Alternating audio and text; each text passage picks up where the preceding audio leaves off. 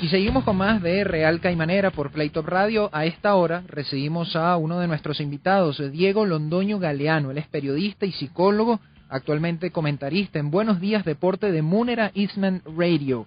Ha sido jefe de prensa de torneos internacionales con la Federación Colombiana de Ajedrez y lo más importante para nosotros, se escribió un hilo en Twitter sobre esta serie que hemos ido mencionando a cuentagotas en Real Caimanera, The Queen's Gambit. Diego, muy buenos días, bienvenido a Venezuela, bienvenido a Real Caimanera, te saluda Anthony Abellás, ¿cómo estás? ¿Qué tal, Anthony? Un saludo muy especial para usted, para Diego, para toda la gente en Venezuela, y es un real placer poder compartir un rato con ustedes. Gracias a ti por la disposición, Diego, por el tiempo y también por escribir ese hilo, ¿no? ¿Qué te motivó a desembocar todos esos pensamientos allí? Sé que al principio mencionas que tienes algunos colegas con los que compartes la pasión por el ajedrez, pero algo en lo particular a ti te llamó la atención en la serie como para motivarte a escribir el hilo en Twitter. Bueno, realmente digamos que el elemento inicial que me motivó fue recibir algunas preguntas por parte de gente al margen del juego ciencia, personas que no practican ni han estado como espectadores del ajedrez, que me planteaban algunos interrogantes, algunas preguntas de detalles técnicos que desconocían del juego. Digamos que ese fue el primer elemento que me motivó a hacerlo, y creo que pues desde la posibilidad que tiene uno desde esas redes, el poder ilustrar, el poder de cierta forma ser un actor pedagógico, me pareció bastante relevante en ese sentido. Sí, y entrando ya en materia, ¿no? Y hablando de lo técnico, como tú mencionas, hay algo que me llamó mucho la atención y es una de las críticas responsables y en buen sentido que tú haces en tu hilo, y es la biomecánica de los jugadores. Así lo mencionas tú al momento de tocar y mover las piezas, de marcar el tiempo en el reloj. Háblanos un poco de eso, y no sé, tal vez en radio sea un poquito difícil describirlo, ¿no? Pero ¿hasta qué punto es errado lo que se ve en The Queen's Gambit en ese sentido? Sí, realmente es complicado ser un poco más didáctico en ausencia de la imagen, pero claro, apelamos al tema de la descripción. Y digamos que ese era uno de los detalles que yo referenciaba como que podría haber sido mejorado, el tema de la técnica por parte de los actores que interpretan a ajedrecistas en The Queen's Gambit, porque evidentemente en gran parte, pues yo diría que un altísimo porcentaje de ellos se nota, se evidencia que no son practicantes asiduos, frecuentes del juego ciencia. La forma en que mueven las piezas, la forma en que capturan, la forma en que presionan el reloj, no da cuenta de ser de un jugador de alto nivel, un jugador al menos de un nivel mediano de torneos de ajedrez. Sí. Pero digamos que, como lo mencioné en otro espacio, pues ese detalle es percibido por quienes hemos jugado ajedrez. De pronto para quienes no se dan ni cuenta, debe ser similar a cuando un bailarín observa una interpretación o una escenificación de un baile en alguna película, en una producción cinematográfica. De pronto para esas personas puede ser un poco evidente cuando alguien carece de la técnica, pero para el resto de espectadores pasa inadvertido. Claro, claro. Ahora, Diego, tomando en cuenta que el ajedrez, aunque es mundialmente reconocido y mundialmente practicado, si bien se quiere es un deporte tal vez elitesco intelectualmente, pudiésemos decirlo así, y lo que a mí me llama la atención es que al no ser un deporte tradicional, sirvió como hilo conductor para una historia muy bien lograda, porque creo que en The Queen's Gambit no hay demasiada incertidumbre, ¿no? Muy pronto en la miniserie, al menos desde mi punto de vista, y ya escucharé tu opinión, se plantea como el Everest, como la punta, el cenit de la trayectoria del personaje, Vasily Gorbov. Evidentemente hay que ganarle a este hombre, hay que formarse en el camino, hay que seguir subiendo espeldaños y escalones para además hacerse meritorio de la oportunidad de enfrentarse a él, y el ajedrez, repito, es el móvil para que te mantengas pegado a toda la historia. Entonces, ¿cuán importante es para este deporte que algo sea tan bien logrado a través de él para el reconocimiento de personas que tal vez no conocían tanto sobre él, ¿no? Sí, coincido en tu interpretación de que desde gran parte de la serie uno ya anticipaba cuál sería como ese momento al cual debía llegar, el enfrentarse a ese jugador, a ese campeón mundial, Gorbov, representado allí en la serie. Y yo creo que, a mi consideración, es la mejor producción audiovisual en términos ajedrecísticos que se ha hecho. Normalmente uno visualiza interpretaciones erradas, aparte pues de los detalles que ya hemos mencionado, pero creo que se logró una documentación bastante fidedigna de lo que es el juego ciencia, de un ambiente de torneo. A nivel técnico, las partidas que se representan están muy bien diseñadas. Se nota ahí la mano de Bruce Pandolfini y de Garry Kasparov, dos ajedrecistas de alto nivel que estuvieron detrás, digamos, tras bambalinas, asesorando en esta parte. Entonces creo que esos detalles fueron bien considerados, y considero que el tema de que sea el juego ciencia el eje central, digamos el hilo conductor de una historia, pues evidencia que no está al margen de ser un espectáculo cuando se propicia, cuando se toman elementos que pueden ser de bastante interés para los espectadores. Sí, absolutamente de acuerdo contigo. Ahora, desde tu punto de vista y como amante evidente, ¿no, Diego, de este deporte, que hace falta, ¿no?, para que el ajedrez se conozca un poco más? Me imagino que desde un punto de vista un poquito superficial, producciones mainstream que tengan tanto éxito como es el caso de The Queen's Gambit, pero si tuviésemos que hablar aquí un poco en caliente, ¿qué crees tú, qué se te ocurre que se debería hacer para que el ajedrez sea un poquito más conocido, sobre todo cuando potencia tantas cosas desde un punto de vista intelectual? Yo creo que ha faltado un poco el tema de atreverse. A veces se ha tomado de una forma muy ortodoxa, y el hecho de que el ajedrez sea, digamos, en gran medida una puesta en escena, pero intelectual, ha dejado al margen que mucha gente se aproxime a él, porque suelen pensar que es algo extremadamente complejo. Pues obviamente tiene un nivel de complejidad importante, pero no tal como para que la gente se haga al margen de él. Yo creo que ha faltado un poco en temas de marketing, en temas de romper un poco esos estereotipos que se tienen con respecto a quienes practican el ajedrez o quienes practicamos el ajedrez. Pero tengo acá evidencias, y para hablar solo del tema local, acá en el canal regional de Teleantioquia transmitimos en 2008 ajedrez por televisión, 3 horas de transmisión, y hoy en día sigue siendo el récord de audiencia para un lunes festivo en el canal regional. ¿En serio? O sea que es evidencia, sí, es en serio, pueden consultar los datos.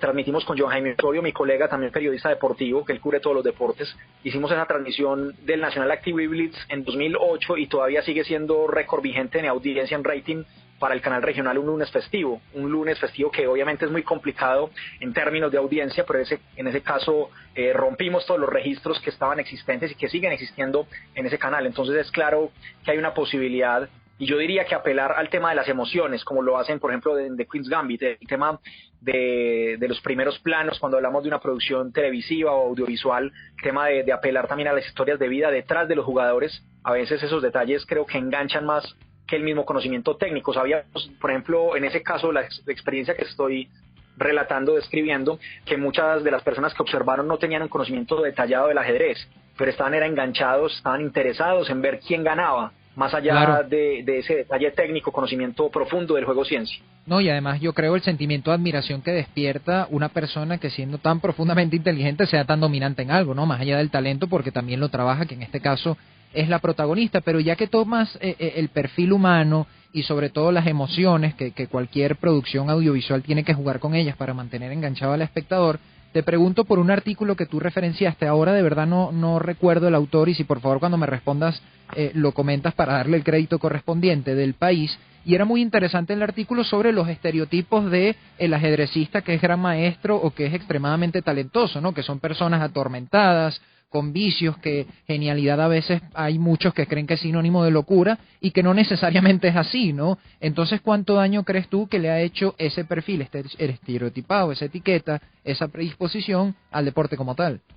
Sí, hacías referencia a un artículo que yo cité, y es de Leoncho García. Gracias. Es un periodista. Yo diría que es el periodista de ajedrez más reconocido en el mundo. Él ha cubierto durante los últimos 35 años todos los certámenes del juego ciencia más relevantes, más importantes del calendario ajedrecístico, y él hacía alusión a ello, de que, y yo también coincidía con esa perspectiva, de que uno de los detalles de pronto que podrían ser cuestionables de esta producción de The Queen's Gambit es que apela al mismo estereotipo, al mismo cliché del ajedrecista como alguien con problemas de socialización, como alguien introvertido, con alguien que está muy ensimismado en la práctica del juego, y que cae también en temas de abuso de sustancias, en temas de aislamiento, bueno, digamos que atenta incluso en ocasiones contra su propia existencia con ese tipo de situaciones. Yo creo que si analizamos, y ahí sí me pongo en un plano de psicólogo, si miramos el perfil, si miramos esos rasgos de personalidad de los ajedrecistas más fuertes del mundo, pues estaríamos muchos de nosotros que no somos tan brillantes para el juego ciencia en una situación de anormalidad, incluso, para ponerlo entre comillas, muy entrecomillado ese término de anormalidad, o incluso en términos patológicos o psicopatológicos, mucho más atormentados que esos jugadores más relevantes del mundo. O sea que el estar, digamos, en esos términos de daño, de afectación psicopatológica, no es un elemento sine qua non para ser un ajedrecista brillante, y de hecho muchos ajedrecistas sin tener ese tipo de configuraciones o estructuras de personalidad, pues llegan a un altísimo nivel. No es un elemento que te brinde la posibilidad de ser un ajedrecista y tampoco es que por carecer de ello, pues no puedas acceder a ese nivel. O sea que es un tema también que a veces se ha caído en una visión reduccionista de lo que es, digamos, esa configuración psicológica de un jugador de ajedrez relevante. Sí, comprendo. Ahora, hablando de las referencias históricas o los guiños, como les llamabas tú, hay uno en particular que me llamó la atención porque yo soy una de esas personas que no conocía el ajedrez en profundidad, al menos de un punto de vista histórico, repito, como para identificarlos, evidentemente, ¿no? Y tú hablas de la victoria de Bobby Fischer a Boris Spassky en 1972, que significaba en un tablero adicional, más allá del bélico, más allá del diplomático, del político o incluso de hemisferios, en este caso del ajedrez, y valga la metáfora de tablero, la Guerra Fría, ¿no? La lucha entre Estados Unidos y la Unión Soviética. Entonces me gusta, y tratando de no hacer spoiler en la medida de lo posible, el giro que hay al final, más allá de que se enfrenten la protagonista y el campeón mundial de la Unión Soviética, al final impera la cordialidad, ¿no? Y como termina la serie, ella paseando por las calles de la Unión Soviética, en este caso de Moscú, creo que es un mensaje muy importante porque sale también del lugar común que uno siempre ve en el cine, ¿no? Occidental, al menos, de que los rusos eternamente son los negativos y esa lucha de Guerra Fría, ¿no? Que tanto se ha usado. Me gustó bastante en términos también de un mensaje de convivencia. Correcto. Ese tipo de configuraciones, porque más allá de esa división a veces extrema entre posturas ideológicas, políticas, que digamos han marcado gran parte de esa visión que hemos tenido también los latinoamericanos, ¿por qué no decirlo? Creo que esta serie también da ese matiz, da esa visión de integración en medio de la rivalidad que exista dentro de un tablero o en cualquier acto competitivo a nivel deportivo, pues esa posibilidad también de encuentro con un otro que más allá de esa configuración ideológica, pues está haciendo parte como humano de un juego, en este caso el ajedrez. Y hace referencia justamente a ese detalle del match, el llamado match del siglo en el año 72, ese enfrentamiento de Bobby Fischer representando a los Estados Unidos ante el soviético Boris Spassky, que a mi modo de ver fue extrapolado, fue adaptado en esta serie, fue digamos incluido como parte de esa narrativa. Sí. Y en el caso de ese enfrentamiento, pues también detrás de ello todo el aparataje ideológico, el tema de la KGB y la CIA detrás, y de todos los gobiernos, más allá de lo que digamos se configuraba como un enfrentamiento deportivo, todo lo que a nivel político eso estaba implicado, y que los jugadores a su vez, y lo puedo decir de primera fuente porque tuve la posibilidad de entrevistar a Boris Spassky, él decía que ellos buscaban desprenderse de esa presión que recaía sobre ellos por parte de los gobiernos, queriendo ser en gran medida, y espero se entienda la expresión, unas marionetas ideológicas. Claro, claro. Ellos están interesados en el juego, realmente ellos no estaban tan interesados en hacer parte de esa propaganda política. Era como un sentido también que le daba al tema. Sí, los estados de turno, y no es nada nuevo, siempre han utilizado o han tratado de utilizar el deporte como sinónimo de éxito, ¿no? Como instrumento de propaganda política. Eso es totalmente cierto, más allá de que los involucrados, los protagonistas, que son los atletas, o en este caso los grandes maestros o los ajedrecistas, no estén del todo de acuerdo, o al menos esa no sea su prioridad. Diego, queda muy poco tiempo, pero quería pedirte una pequeña reflexión sobre lo que para mí fue un muy bonito homenaje a la pedagogía, a la bondad y por qué no a la formación, y es el héroe anónimo en el que se termina convirtiendo el conserje del orfanato, ¿no? Que es el responsable de que esta muchacha crezca de esta manera, desarrolle su pasión y se termine convirtiendo en una referencia mundial del ajedrez, ¿no? Totalmente, y mira que desde esos detalles, a veces, desde esos, en teoría, pequeños detalles, pueden surgir unos grandes cambios. En este caso, la protagonista encuentra en el ajedrez como ese refugio, esa salvación. Que hubiese sido de la vida de esta protagonista, de Elizabeth o de Beth Harmon, sin el ajedrez, sin el juego ciencia, sin esa alternativa para mitigar en cierta medida sus dolencias, sus afectaciones, todo lo que conllevó también esas vivencias traumáticas de infancia. Entonces es también como, mirándolo en términos pedagógicos y en términos sociales, todo lo que podemos ofrecerles a nuestros niños, niñas, adolescentes y jóvenes también en términos no solo, digamos, de entretención, de ocupación del tiempo libre, sino también de la búsqueda de otras alternativas para encauzar su vida. Creo que es algo también potente que puede extraerse. Obviamente habrá muchas reflexiones al respecto, pero es la que quiero como evidenciar en este instante. Sí, absolutamente. Diego, fue un gran gusto conversar contigo. Logramos desmenuzar un poquito y sin tratar de dar detalles sobre cómo termina la serie ni nada por el estilo, hacer spoilers sobre The Queen's Gambit, así que te agradezco muchísimo el tiempo que hayas estado aquí compartiendo con nosotros.